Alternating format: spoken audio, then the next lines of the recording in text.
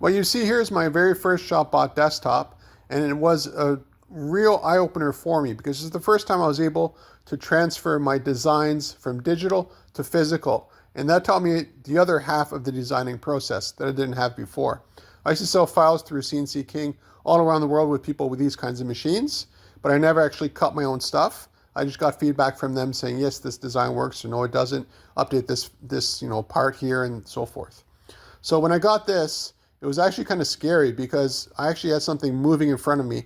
It's totally industrial, it's loud, it makes chips, it's a wonderful machine, and I can't imagine starting with any other machine my CNC journey.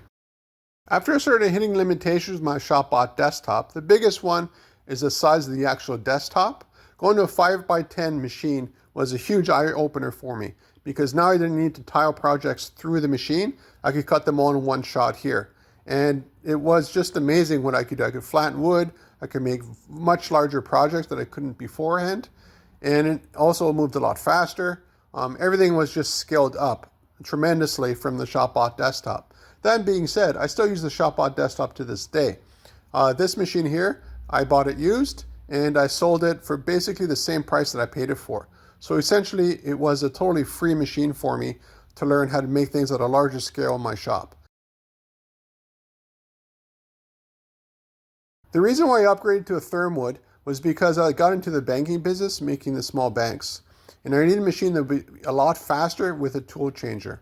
So to give you an idea of production speed, my full sheet PRS Alpha would make a whole sheet of banks. It would take me 4 to 5 hours to do that. So roughly 45 minutes to an hour per bank.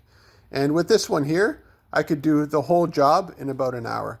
So it was just an incredible upgrade all the way across the board. Having a tool changer, awesome vacuum system, everything was great. Now this machine here cost me twice as much as the other machine, and I got it at an auction. So it was 20 years old, and because of that, there were some issues with it. So I had to spend an extra $5,000 to get a tech to come to my shop and fix whatever it needed fixing. But something in the back of my mind always was with this machine, it's 20 years old, it's considered obsolete by Thermwood. So therefore, any parts, anything breaks, you're sort of screwed and you got a paperweight. Now onto my current machine. The reason why I upgraded to this one here is the same 5x10 was dual table, so 2 tables, 5x5. But I kept running out of tools with the other machine. The CS43 was an amazing machine, but it only had 4 or 5 tools on it. This one has 19. So I could basically do everything in one shot without having to switch them around manually, which was actually quite a bit of a pain. Now the advantage to this machine here, compared to the other one, was that again, I bought this one at auction, cost me another $5,000–6,000 for the tech to fix everything up that needed fixing. But the major advantage of it, it's only 12 years old.